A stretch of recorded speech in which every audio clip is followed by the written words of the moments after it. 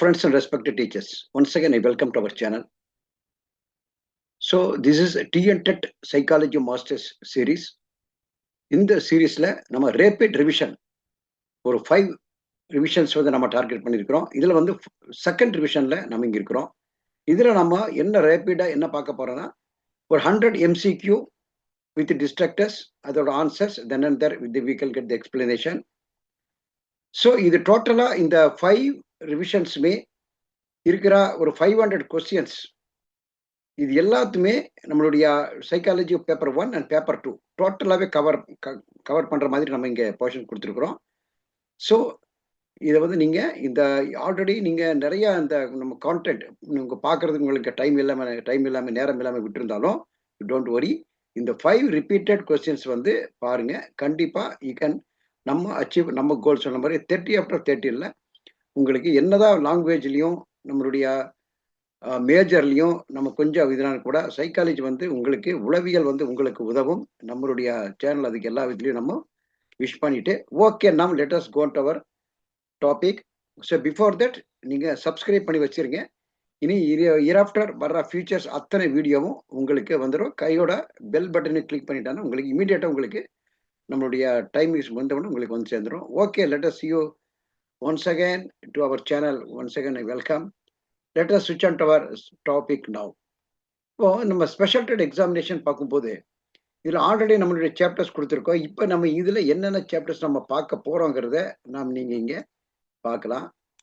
இதில் பாருங்க, இந்த சாப்டர்ஸை நம்ம இங்கே பார்க்க போகிறோம். அதாவது கற்றலும் அறிவும், கற்றலுக்கு உதவும் காரணிகள், குழந்தை மேம்பாட்டின் கோட்பாடுகள், அப்புறம் கவனித்தல், அப்புறம் புலன் உணர்வு, அப்புறம் நினைவு கூர்தல். இந்த 5 டாபிக்லையும் ஏற்கனவே 6 டாபிக்ல நம்ம இப்போ ஒரு 100 MCQ வந்து நம்ம இங்கே பார்க்க போகிறோம். இந்த டாபிக்ல நம்ம லெட்டர் சி 1 by 1. இதில் டிஸ்ட்ராக்டர் வந்து உங்களுக்கு ரொம்ப கன்ஃபியூஸ் பண்ணி கொடுக்காம ரொம்ப ஈஸியாக தான் நான் வந்து செட் பண்ணியிருக்கிறேன். ஏன்னா நீங்கள் வந்து அந்த கொஸ்டினோட ஆன்சர் வந்து நீங்கள் ரீகால் பண்ணிட்டாலேயே நம்ம எக்ஸாம் பாயிண்ட் ஆஃப் வியூலையோ இல்லை கொஸ்டின் பேப்பர் எக்ஸாம் எழுதும் போதோ அந்த வேர்ட்ஸ் வந்து உங்களுக்கு ஒரு ரீகால் ஆன உடனே நீங்கள் இமீடியட்டாக நீங்கள் ஆன்சர் பண்ணிக்கலாம். அதனால உங்களுக்கு இந்த டிஸ்ட்ராக்டர் எல்லாம் வந்து கொஞ்சம் சிம்பிளாக இருக்கும். இமீடியட்டாக நீங்கள் ஐடென்டிஃபை பண்ணுற மாதிரி இருந்தாலும் நம்ம சப்ஜெக்ட் போயிடலாம். Once again let us welcome. இப்போ கற்றல் என்பது என்ன? இப்போ ஆல்ரெடி நம்ம இதை பற்றி நிறைய டிஸ்கஸ் பண்ணியிருக்கிறோம். இப்போ கற்றல் என்பதற்கு பாருங்க, அனுபவத்தின் மூலம் ஏற்படும் நடத்தை மாற்றம். மற்ற டிஸ்ட்ராக்ஷன் எல்லாம் நம்ம எக்ஸ்பிளனேஷன் வேணாம், ஏன்னா அதில் உங்களுக்கு ஆல்ரெடி நம்ம வெல்னோனா இருக்கிறீங்க. இப்போ அனுபவத்தின் மூலம் ஏற்படும் நடத்தை மாற்றம் இல்லையா, இதுதான் நம்ம கற்றல் கூட. இது இப்போ அறிவுத்திறன் என்பது எதனுடன் தொடர்புடையது? உயரம், எடை, சிந்தித்து பிரச்சனைகளை தீர்க்கும் திறன், உடல் வலிமை. இது தெரியும் உங்களுக்கு. சிந்தித்து பிரச்சனைகளை தீர்க்கும் திறன். கீழ்கண்டவற்றில் கற்றலின் முக்கிய பண்பு எது? நிலையான நடத்தை மாற்றம். அப்போ கற்றலின் சொன்னோட முக்கியமான பண்பு வந்து நிலையான நடத்தை மாற்றம்.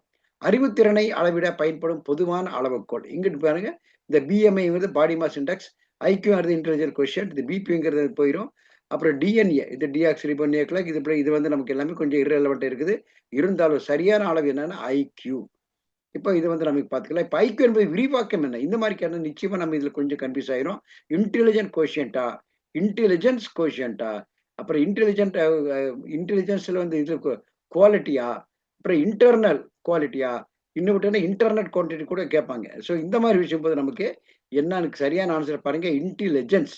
அதாவது JE இன்டெலிஜென்ஸ்ல வந்து நீங்க வந்துடணும். இப்ப கற்றலின் வந்து அடிப்படை நோக்கம் பாருங்க, நடத்தை மாற்றம் ஏற்படுதல், அது சேஞ்சஸ் ஆஃப் பிஹேவியர், அதுதான் பார்க்குறோம். அப்ப அறிவுத்திறன் எந்த வகையான திறன்? இது வந்து மனத்திறனா, உடலா, தொழிலா, விளையாட்டு, எல்லாமே ஒரு அறிவுத்திறன் நம்ம சார்ந்து சொல்லலாம். ஆனா சரியான எக்ஸாக்ட் ஆன்சர் என்ன? மனத்திறன். இப்போ கீழ்கண்டவற்றில் கற்றலின் விளைவு எது? எது கற்றல், எது நடத்தை மாற்றம்? அது ஆல்ரெடி நம்ம ஃபர்ஸ்ட்ல நம்ம பார்த்துட்டோம்.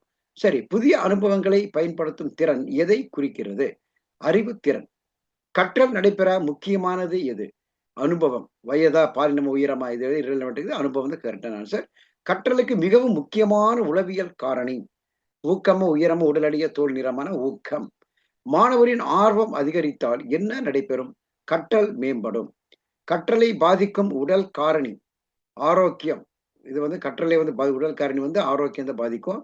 வகுப்பறை சூழல் எவ்வாறு இருக்க வேண்டும்? சத்தமாக, பயமுறுத்தும் வகையில், கற்றலுக்கு எதிராக, அப்புறம் வந்து இருட்டாகனா கற்றலுக்கு ஏற்றதாக நமக்கு இருக்கணும். இதுதான் ஆன்சர். இப்போ ஆசிரியரின் பாராட்டு எந்த வகை ஊக்கம்? இதுல நம்ம லாஸ்ட் வீடியோ பார்த்துருக்கோம். எதிர்மறை ஊக்கம், அப்புறம் இதுல பார்த்துட்டு இருந்தோம். உள்ளார்ந்த ஊக்கம் பார்த்து வெளியார்ந்த எதிர்மறை ஊக்கம் பார்த்தோம். இது வந்து வெளி ஊக்கமா, உள்ளார்ந்த ஊக்கமா, எதிர்மறையா தண்டனை. ஏன்னா ஆசிரியர் பாராட்டுவது வெளியில இருந்து தானே வருது இல்லையா? இப்ப இது வந்து நமக்கு என்ன வெளி ஊக்கம் தான் இதுக்கு சரியான ஆன்சர். இப்ப கீழ்கல்வி கற்றலை அதிகரிக்கும் காரணி.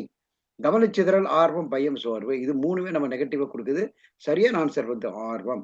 கற்றலுக்கு குடும்பத்தின் பங்கு என்ன? இது வந்து எந்த முக்கிய பங்கு வகிக்கிறது இந்த குடும்பத்தோட இது. அப்புறம் ஊக்கமின்மை ஏற்படுத்துவது என்ன? கற்றல் குறைவு. எங்க வந்து நம்ம மோட்டிவேஷன் அங்க இல்லையோ, அங்க வந்து லேர்னிங்கோட கர்வ் வந்து அங்கே ரொம்ப கம்மியாயிரும். மாணவரின் உடல்நலம் பாதிக்கப்பட்டால் என்ன நடக்கும்? அது வந்து எல்லாமே நடக்கும். என்னென்ன பாருங்க. ஆப்ஷன் பாருங்க. கற்றல் மேம்படும், கற்றல் பாதிக்கப்படும், அறிவுத்திறன் அதிகரிக்கும், ஆர்வம் கூடும், கற்றல் பாதிக்கப்படும். கற்றலுக்கு ஏற்ற வகுப்பறை எது? அமைதியான வகுப்பறை. குழந்தை இப்ப வந்து அடுத்த தலைப்புல வந்து குழந்தை மேம்பாடு கோட்பாடுகள். நீங்க டிஸ்ட்ராக்ஷன் பார்க்கலாம். இதெல்லாம் ரொம்ப சிம்பிளா இருக்குன்னு நினைக்கிறீங்க. ஆனா, இது வந்து நீங்க ஒரு தடவ ஆன்ஸர் வந்து நீ ரீகால் பண்ணிட்டேன்னா, அங்க போகும்போது இதே இந்த கொஸ்டின் வரும்போது உங்களுக்கு என்ன ஆயிரும்? ஈஸியா நீங்க அண்டர்ஸ்டாண்ட் பண்ணிக்கலாம். இப்ப அறிவுசார் வளர்ச்சி கோட்பாட்டை உருவாக்கியவர் பியாஜே. அறிவுசார் வந்த உடனே பியாஜே வந்துருவீங்க. உள சமூக வளர்ச்சி கோட்பாட்டை உருவாக்கியவர். இது வந்து எரிக்சன். அறநெறி வளர்ச்சி கோட்பாட்டை உருவாக்கியவர் கோல்பெர்க். சமூக கற்றல் கோட்பாட்டை உருவாக்கியவர் பண்டூரா. போல செய்து கற்றல், அதாவது அப்சர்வேஷனல் லேர்னிங் என்ற கருத்தை வலியுறுத்தியவர் பண்டூரா. இப்ப அடுத்த தலைப்பு வந்து குழந்தை மேம்பாட்டின் கோட்பாடுகள். இந்த தலைப்புல வந்துடலாம். குழந்தையின் அறிவு வளர்ச்சி படிநிலைகளாக நடைபெறும் என்று கூறியவர் பியாஜே. பியாஜேவின் முதல் அறிவுசார் வளர்ச்சி நிலை உணர்வு இயக்க நிலை. இதுல வந்து 4 நிலை இருக்குது இல்லையா பியாஜேவில். முன் செயல்பாட்டு நிலை, உணர்வு இயக்க நிலை, பருப்பொருள் செயல்பாட்டு நிலை, முறையான செயல்பாட்டு நிலை. இதெல்லாம் என்னென்ன ஏஜ்ங்கிறத கரெக்டா நீங்க பார்த்துடணும். உணர்வு இயக்க நிலை வந்து இதுல வந்துருது. முன் செயல்பாடு வந்து 0 டு 0ல இருந்து 2 வரைக்கும், 2ல இருந்து 7, அப்புறம் 11, 11க்கு மேல. இது ஓகே கொடுத்துருக்கேன் பாருங்க. உணர்வு இயக்க நிலை வந்து 0ல இருந்து 2. முன் செயல்பாட்டு நிலை 2ல இருந்து 7 வயது. பருப்பொருள் செயல்பாட்டு நிலை 7ல இருந்து 11 வயது. முறையான செயல்பாட்டு நிலை எந்த வயதில் தொடங்குகிறது? 11 வயதுக்கு மேல். சோ இதுக்கு மேலதான் முறையான செயல்பாட்டு நிலை வந்து தொடங்குகிறது. சரி, குழந்தை பிறரை பார்த்து கற்றுக்கொள்வது என்ன என்பார்? உற்று நோக்கு கற்றல். சமூக கற்றல் கோட்பாட்படி குழந்தை யாரிடமிருந்து அதிகமாக கற்றுக்கொள்கிறது? முன் மாதிரிகள் மூலம். எரிக்சனின் கோட்பாடு எதனுடன் தொடர்புடையது? உள சமூக வளர்ச்சி. கோல்பெர்க் எந்த வளர்ச்சியை விளக்கினார்? அறிவு அறநெறி வளர்ச்சி. கோல்பெர்க்னா நம்ம எத்திகள் வந்து அறநெறி வளர்ச்சி. இப்ப கவனித்தல் தலைப்புல நாம இன்னைக்கு பார்க்கிறது. கவனித்தல் என்பது என்ன? ஒரு பொருளின் மீது மனதை ஒருமுகப்படுத்துதல். கவனித்தலை அதிகரிக்கும் காரணி என்ன? ஆர்வம். கவனச்சிதறலுக்கு காரணம் என்ன? இரைச்சல். மாணவர்களின் கவனத்தை ஈர்க்க ஆசிரியர் செய்ய வேண்டியது என்ன? ஒரே குரலில் பேசுதல், சுவாரஸ்யமான கற்பித்தல், பாடம் நடத்தாமல் இருத்தல், மாணவர்களை புறக்கணித்தல். சுவாரஸ்யமான கற்பித்தல் தான் நம்ம இங்க பார்க்கிறோம். கவனித்தல் அதிகரிக்க வேண்டும் எனில் வகுப்பறை எப்படி இருக்க வேண்டும்? இதனை பார்த்தோம். அமைதியாக இருக்க வேண்டும். அப்புறம் புலனுணர்வு தலைப்புல பார்க்கிறது.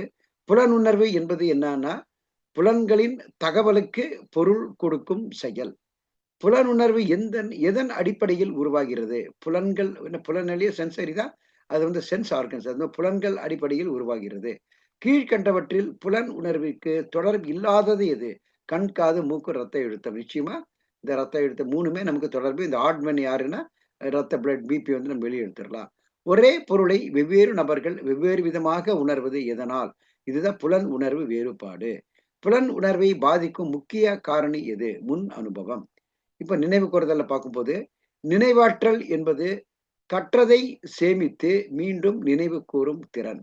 நினைவாற்றலின் முதல் நிலை என்னது? பதிவு செய்தல். அப்புறம் வந்து என்னன்னு நினைவு கூறுதல், மறந்த மீள்பிதல் பின்னாடி வரும். இப்போ கீழ்கண்டவற்றில் நினைவாற்றலை மேம்படுத்துவது எது? மீள் பயிற்சியா, சோம்பலா, கவனக்குறைத்து மீள் பயிற்சி. மறதிக்கான முக்கிய காரணம் பயிற்சி இல்லாமை. அதனாலதான் நம்ம அடிக்கடி சொல்றது என்னன்னா, ஃபர்ஸ்ட் வந்து பயிற்சி, அப்புறம் முயற்சி. அப்ப பயிற்சி இருந்தாதான் நம்ம அங்க மறதி இல்லாமல் இருக்கும். நினைவில் நீண்ட காலம் தகவலை வைத்திருக்கும் நினைவு எது? நீண்ட கால நினைவு. இதில் நம்ம 2 பார்த்தோம் இல்லையா? Short time memory, long time memory. Long time memory தான் நீண்ட கால தகவல்களை வந்து எடுத்துக்கொள்ளும். இப்போ கற்றலும் அறிவும். இந்த கோட்பாடை பாருங்க. பல நுண்ணறிவுகள், அதாவது மல்டிபிள் இன்டெலிஜென்ஸ் இல்லையா? இந்த கோட்பாடை முன்வைத்தவர் யார்? ஹவர்ட் கார்ட்னர். இந்த மல்டிபிள் இன்டெலிஜென்ஸ் இதை நான் பார்த்தோம். என்னென்ன அந்த லிங்குவிஸ்டிக் ஸ்கில் பார்த்தோம், பிசிக்கல் ஸ்கில் பார்த்தோம், இந்த மாதிரி பார்த்தோம் இல்லையா, இதெல்லாம் வந்து மல்டிபிள் இன்டெலிஜென்ஸ், மூவகை நுண்ணறிவு கோட்பாடு. அதாவது ட்ரை ஆர்கிக் தியோரி ஆஃப் இன்டெலிஜென்ஸ் கோட்பாட்டை உருவாக்கியவர் யாரு? ராபர்ட் ஸ்டெர்ன்பெர்க். பின்வருவனவற்றில் உள்ளார்ந்த ஊக்கத்தின், அது இன்ட்ரென்சிக் மோட்டிவேஷனுக்கு எடுத்துக்காட்டு. பரிசுக்காக படிக்கிறதா, மதிப்பெண்களுக்காக படிக்கிறதா, புதிய அறிவை பெறும் ஆர்வத்தால் படிக்கிறதா, தண்டனையை தவிர்க்க படிக்கிறதா, எல்லாமே மாணவர்கள் செய்யறாங்க. ஆனா இதோட இன்ட்ரென்ஸ் உள்ளார்ந்த ஊக்கத்துக்கு என்ன பொருள்? புதிய அறிவை பெறும் ஆர்வத்தால் படித்தல். பின்வருவனற்றில் வெளி ஊக்கத்தின் எடுத்துக்காட்டு. வெளி உலகம் ஆல்ரெடி பார்த்திருக்கிறோம். இது வந்து பரிசை பெறுவதற்காக நாம கற்றல் தான் வெளி ஊக்கம். கற்றலின் முக்கிய பண்பு என்னன்னா நிலையான நடத்தை மாற்றம். இப்போ கற்றலுக்கு உதவும் காரணிகள் பார்க்கலாம். இப்போ கற்றலுக்கு மிகவும் உதவும் சூழல், அதாவது ஊக்கமளிக்கும் சூழல். எப்பவுமே அங்க ஒரு மோட்டிவேஷன் இருந்துட்டு, என்கரேஜ்மெண்ட் இருந்துட்டே இருக்கணும். மாணவரின் கற்றலை அதிகம் பாதிக்கும் உணர்ச்சி காரணி பயம். இந்த பயத்தை அது என்னன்னா அது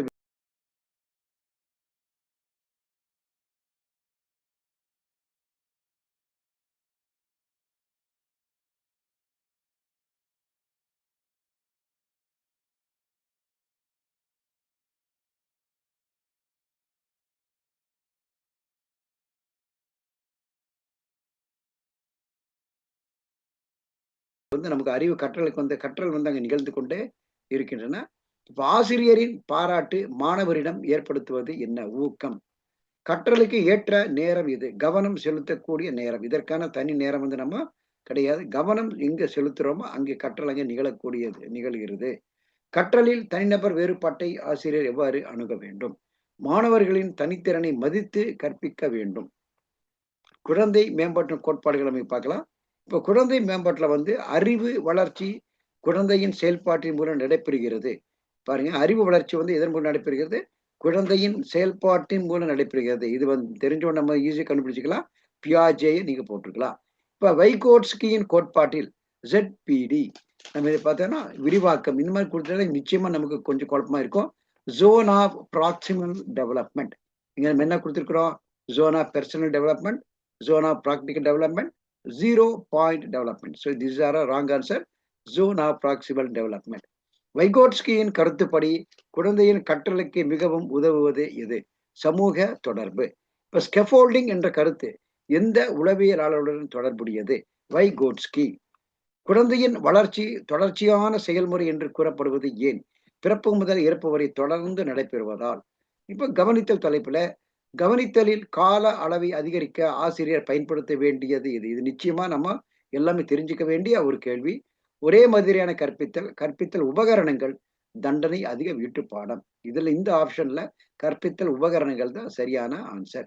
கவனத்தை ஈர்க்கும் வெளிப்புற காரணி என்ன? பொருளின் புதுமையே தான் நம்ம ஈர்ப்பணும். கீழ்கண்டபடி உள்காரணி எது? ஆர்வம், ஒளி, சத்த, வெப்பநிலை. எல்லாமே இது வந்து வெளி எக்ஸ்டர்னல் ஃபேக்டர். ஆர்வம் தான் என்ன? Internal factors. இப்ப புலனுணர்வு ஆல்ரெடி பார்த்தோம் இல்லையா? புலன் உணர்வுக்கு உருவாக முதலில் தேவைப்படுவது என்ன? புலன் உணர்வு, சென்சேஷன். ஒரே உருவத்தில் வெவ்வேறு பொருள்களை காண்பது எதற்கு எடுத்துக்காட்டு? புலனுணர்வு வேறுபாடு. இப்போ நினைவு கருதல மதிப்பும் நினைவாற்றலும் மிக முக்கியமான 3 நிலைகள். முதலாவது பதிவு பண்ணும், அப்புறம் அதை சேமித்து வைக்கணும், மூன்றாவது நினைவு கூறுதல். தகவலை நீண்ட கால நினைவுகளை நிலைநிறுத்த மிகவும் உதவுவது என்ன? இது வந்து அதாவது ரொம்ப லாங் டைம் மெமரியில நம்ம ஒரு பொருள் நம்ம வந்து ஒரு நினைவு வைக்கணும்னா நாம என்ன செய்யணும்? புரிந்து கற்றல், ஒருமுறை மட்டும் படித்தல், அவசரமாக மனப்பாடம், தூக்கமின்மை. புரிந்து கற்றல். தேர்வில் படித்ததை மீண்டும் நினைவிற்கு கொண்டு வருவது எது? நினைவு கூறுதல், ரீகால். மறதியை குறைக்க மிகவும் பயனுள்ள முறை எல்லாருக்குமே வேணும். இது வந்து மீள் பார்வை. நாங்க வந்து விடாம ரிவிஷன் நம்ம கொடுத்துட்டு இருக்கிறோமோ அந்த அளவு நம்ம மீள் பார்வை வந்து கவனம் குறைவு எல்லாமே இருக்கும். கற்றலின் வெற்றிக்கு அடிப்படையாக அமையும் உளவியல் செயல்முறைகள் என்ன பண்ணலாம்? கவனித்தலா, புலனுணர்வு, நினைவாற்றல் மூன்றுமே என்ன ஆகுது? கற்றலின் வெற்றிக்கு அடிப்படையாக அமையும் உளவியல். இப்போ ஒரு ஃபைனல் செஷன்ல லாஸ்ட் 25 EMI பார்க்கலாம். அது இது வந்து கற்றலும் அறிவிலும் நம்ம வர்றது. அது ஜி ஃபேக்டர், ஜெனரல் இன்டெலிஜென்ஸ் என்ற பொது நுண்ணறிவு கோட்பாட்டை முன்வைத்தவர் யாருன்னா ஸ்பியர்மேன். இங்க இருந்து ஜியும் இருக்குது, அப்புறம் வந்து ஸ்பெசிபிக் எஸ் இருக்குது. பல நுண்ணறிவுகள் கோட்பாட்டின்படி மாணவர்களின் திறன்கள் எவ்வாறு கருதப்படுகின்றன?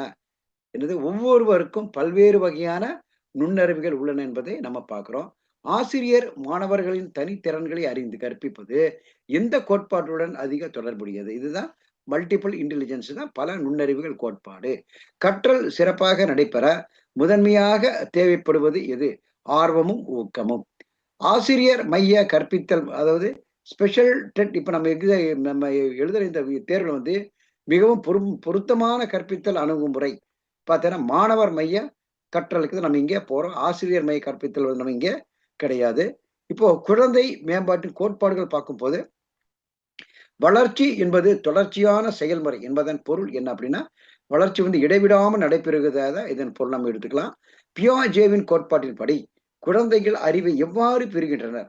செயலில் ஈடுபடுவதன் மூலம். பியாஜே என்ன சொல்றாருன்னா, நம்ம ஒரு ஆக்டிவிட்டியில வந்து நம்ம கொடுக்கணும், ஒரு செயல் கொடுக்கணும். சும்மா மனப்பாடம் செய்வதன் மூலமாவோ, தண்டனையின் மூலமாவோ, தேர்வு எழுதுவதன் மூலமாவோ குழந்தைகள் அறிவை பெறுவதற்கு வாய்ப்பு இல்லை. விகோட்ஸ்கியின் கோட்பாடுபடி ஆசிரியரின் முக்கிய பங்கு, அவர் என்னவா இருக்கிறார்? ஒரு கைடா இருக்கிறோம், ஒரு மென்டரா இருக்கணும், வழிகாட்டியா இருப்போம். தண்டிப்பவராகவோ ஒரு மதிப்பெண் வழங்குவார பார்வையாளரோ இருக்கிறதுக்கு இருக்கக்கூடாது. பண்டூராவின் சமூக கற்றல் கோட்பாட்டின்படி குழந்தை அதிகம் கற்றுக்கொள்வது எதன் மூலம்? கவனித்து பின்பற்றுதல். இப்ப ஸ்பெஷல் எஜுகேஷன்ல வந்து மாடலிங் என்பதன் பொருள் இது வந்து தண்டனை அளித்தலா, முன்மாதிரி காட்டி கற்பித்தலா, தேர்வு நடத்துதலா, மதிப்பெண் வழங்குதலா? இந்த மாடலிங் சொன்ன உடனே நமக்கு என்ன வரும்?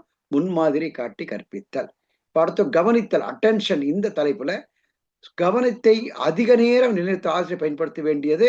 நம்ம முன்னாடி பார்க்கும்போது என்ன பண்ணோம்? செயல்வழி கற்றலா, நீண்ட சொற்பொழிவா, தொடர்ந்து எழுத வீட்டு பாடமா, என்ன செயல்வழி கற்றதால். இதுக்கு நம்ம என்ன பண்ணிருக்கோம்? இதுக்கு இந்த ஆப்ஷன் வந்து ஆல்ரெடி ஒரு ஆப்ஷன் பார்த்துருந்தோம். இது வந்து என்னன்னா உபகரணங்கள் பயன்படுத்தி கேட்டோம். அப்போ அந்த ஆப்ஷன், எந்த ஆப்ஷன் வந்து நம்ம மீதி கொடுத்திருக்கிற மீதி எல்லா டிஸ்ட்ராக்டர்லயும் ரொம்ப அந்த கொஸ்டினுக்கு ரொம்ப மோஸ்ட் ரிலவெண்டா இருக்குதோ அதை நாம எடுத்துக்கலாம். உளவியல நம்ம என்ன பண்ணிருந்தோம்னா, நிறைய வர்ற அந்த டிஸ்ட்ராக்டர்ல எந்த டிஸ்ட்ராக்டர் வந்து ரொம்ப மோஸ்ட் ரிலவெண்டா அந்த கொஸ்டினுக்கு இருக்குதோ அதை வந்து நாம ஆன்சரை எடுத்துடலாம்.